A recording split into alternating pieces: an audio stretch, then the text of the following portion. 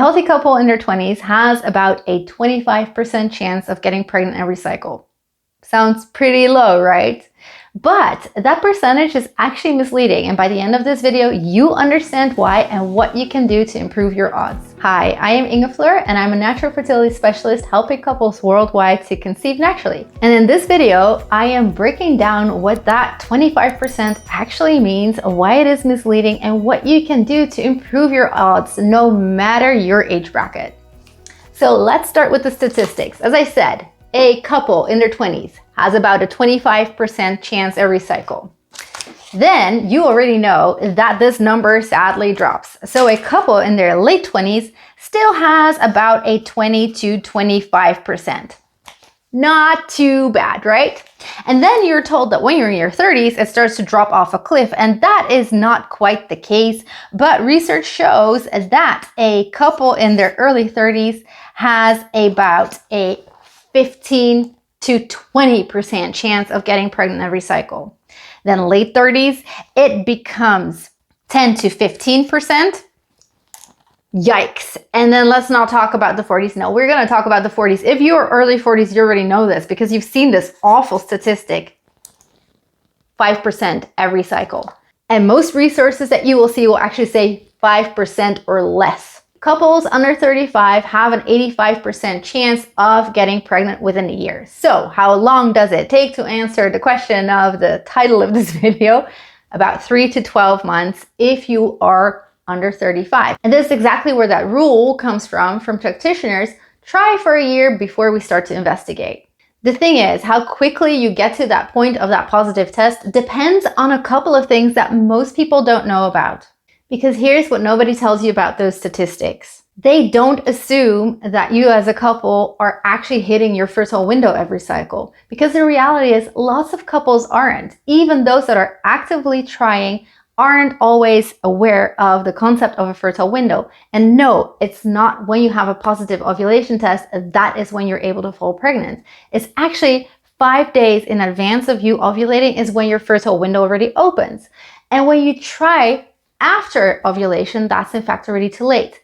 Not to mention that a positive ovulation test sadly doesn't say you will actually be ovulating. It just says that your body's gearing up towards ovulation, but whether it has actually happened is something that you can only find out if you are temping or through scans. And then this also includes the couples that are not making any effort to make lifestyle changes, diet changes, looking at nutrients or detox or you name it. So when you look at that 25% number, even for the healthier younger couples, and you're like, oh my goodness, I'm in my 30s or I'm late 30s, early 40s, and my number just gets worse, just keep in mind, these numbers cover everyone. So if you are making an effort to improve your chances will be better than if you weren't doing those things. If you actually cover the basics, you understand your cycle, you are catching that egg every cycle because you know your fertile window, and you are creating the best circumstances for both egg and sperm quality and for receiving and nurturing that embryo, know that your odds will be better than any statistics that are given. And if you'd like to have help with that, if you want to know what the foundations are that I cover with my patients, then have a look at my program, Prep for Baby. I'll make sure to link it in the description for you. Now, those age-related numbers I shared, they do decline, sadly. That is just a reality. But when you look at those numbers, just remember that this covers all of the couples, not the couples that are optimizing for their fertility. These couples are not all tracking their cycle accurately, are not catching the egg necessarily every cycle, are not looking at egg quality and sperm quality or nutrient status and lifestyle changes. I'm not saying that age doesn't matter, because it does. DNA quality of egg and sperm reduces as we age, and more so for eggs because we are born with the eggs that we have the rest of our life, so we need to protect their quality.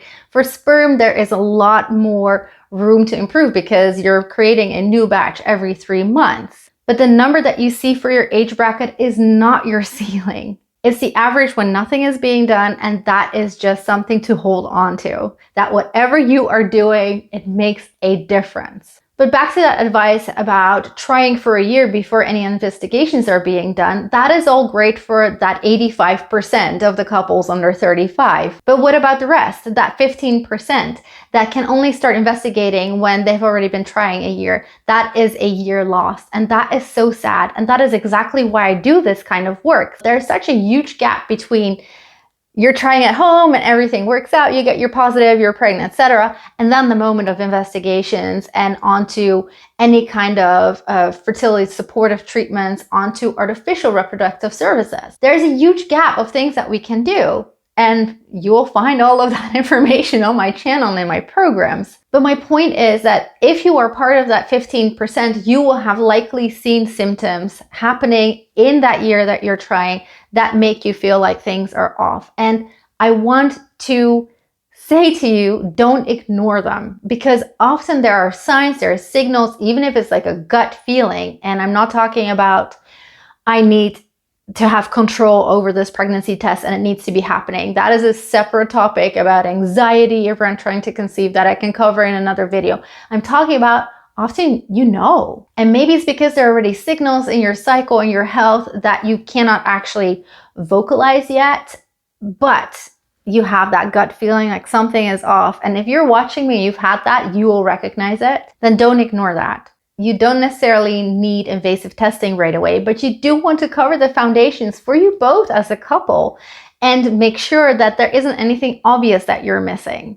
And again, that foundation I cover in Prep for Baby. So don't panic after 3 cycles of not having gotten pregnant yet, but also don't go sleepwalking through those first 12 months. And if you're wondering, like we've been trying for much longer than 12 months, but maybe we haven't covered all of the foundations, is it worth it for us to consider? Yes. I'd start every couple there. There is no point building onto a foundation that has holes in it or is wobbly. Start with the foundation, and for most couples, it actually their whole fertility falls into place after that. And if not, anything else you do address more targeted way, like your thyroid or sperm quality, will hold and make sense because the foundation is there, and you will know that the symptoms you're having or the hormonal issues or the sperm quality, egg quality issues you're having are not because that foundation isn't in place in the first place.